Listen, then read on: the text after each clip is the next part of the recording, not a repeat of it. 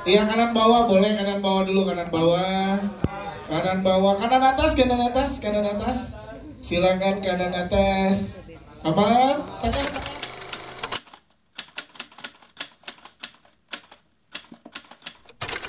Sih sangat bisa dibilang medannya cukup susah ya untuk syuting ini secara teknis maupun medan gitu. Tapi untungnya kita semua difasilitasi, kita melalui proses reading yang cukup intens. Ada Mas Adit juga yang mendampingi, jadi kita benar-benar langsung setelah reading kita blocking juga, jadi udah jelas gitu dari awal syutingnya akan seperti apa gitu. Dan ini jujur salah satu film horor aku yang emang susah sih secara adegan yang emosional cukup tinggi, cukup intens gitu. Tapi ya karena aku dikelilingi dengan teman-teman cast di kiri kanan saya dan saling mendukung, jadi ya terima kasih guys telah menemani aku. Yes. Karakter Zizi kan juga banyak, kalau kita lihat kayak ada kayak gini. Nah, yang menarik dari karakter Zizi dan yang cukup menantang adalah di antara kita berlima, sebenarnya bisa dibilang paling mending itu moral kompasnya adalah Zizi. Soalnya dia yang paling diem dan dia tidak searogan Alex dan mungkin tidak secentil Mia gitu. Tapi secara dilihat, kalau misalnya kita lihat, walaupun dia yang paling mending, sebenarnya dia juga nggak sebegitu baiknya sih. Kayak dia juga salah satu dari mereka gitu. Jadi bisa dibilang dia semacam yang pick me, dia merasa paling suci, tapi kalau misalnya dilihat dari jauh sebenarnya enggak, cuy lu. Khususnya kalau buat Kute sih, maksudnya emang dynamic yang kita punya sebagai teman gitu, itu tuh nggak pernah nggak se-full moted yang Theo sama Zizi gitu. Jadi pas dilakuin tuh kayak maafin gue ya, tapi emang jadinya susah buat nyampe ke titik itu gitu maksudnya. Tapi poin marahnya tuh emang buat nutupin, jadi balik ke karakter gitu maksudnya. Poin marahnya tuh jadi buat emang nutupin banyak insecurean karakter si Theo ini. Sebenarnya susah-susah gampang main sama orang yang udah deket. Tapi kalau buat aku karena UT-nya juga, jadi UT tuh at least di sini dan semuanya ya. Tapi karena aku banyak tektokan terus banyak beberapa adegan tuh kita di hari-hari syuting tuh ada berdua doang gitu. Banyak kepaparan sama UT tuh cukup tap in gitu, maksudnya tap in tuh fokus banget. Nah jadinya akunya pun ya udah nggak apa-apa deh, nggak usah nggak enak ntar aja gitu. Theo, kita pengen tahu, Theo kan oportunis banget ya. Dia tiba-tiba kok pacarnya Moktonet lebih milih Ale gitu. Nah lo gimana sih penggambaran karakter Theo di sini, tantangannya buat Ciko? Tantangan tuh buat aku tuh penting banget buat aku buat supaya Theo tuh bisa setulus-tulusnya marah ke siapapun, supaya setulus-tulusnya bisa mikirin dia sendiri. Kenapa? Soalnya emang gak kelihatan di belakangnya maksudnya risetnya gimana. Cuman buat aku penting banget buat orang punya output seperti ini tuh nyarinya yang susah. Orang seperti apa, dia punya insecurity apa nyampe bisa ke titik ini gitu maksudnya.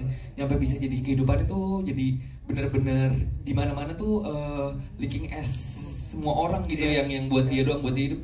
Apa sebenarnya dia banyak insecurity ya gitu. Maksudnya jadi pada saat prep tuh jadi malah refleksi lebih jauh gitu maksudnya. Kayak gue possible ya jadi orang yang kayak Theo pada saat gue dikasih power. Sebenarnya aku ngerasanya buat aku sendiri karena kemarin udah sempet nonton film ini. Sebenarnya kayak bukan masalah duitnya tapi masalah powernya. Power yang kita punya kalau kita bisa kontrol orang tuh gimana? Kalau kita bisa kontrol orang gitu maksudnya, harus punya kelima anak ini tuh harus punya ini gitu maksudnya.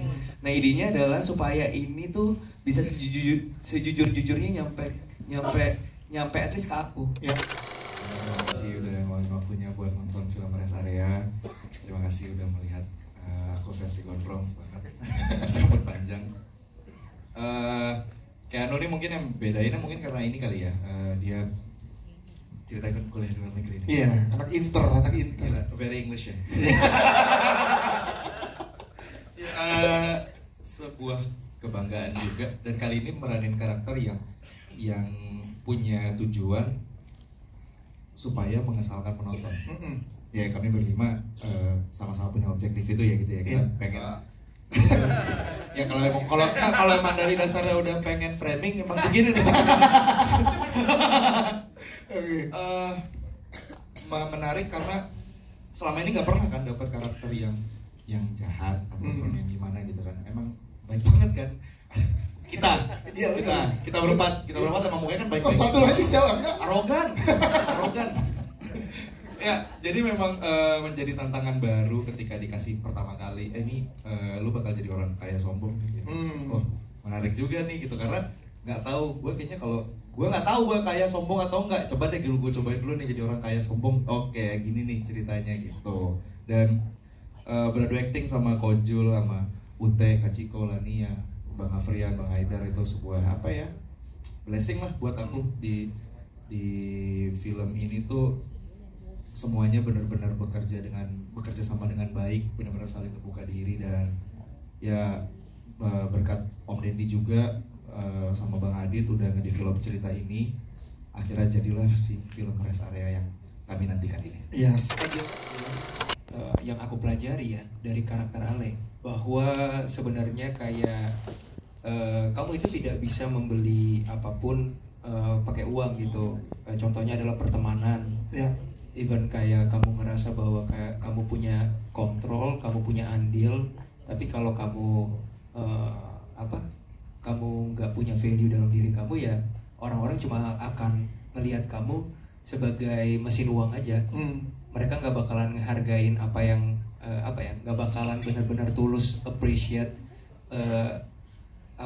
kayak kehadiran kamu gitu sih. Iya, katanya sampai sekarang pundak masih berat ya. Oh benar, itu untuk gua sampai begini-begini mulut ya. Iya kan banyak treatment ke lo dengan adegan yang cukup sulit. Nah itu gimana tuh beradaptasinya? Sebenarnya sih lumayan kayak harus dilatih dulu ya pundaknya ya. Pertama-tama kita harus warming up dulu. Iya. Karena kan akan diginiin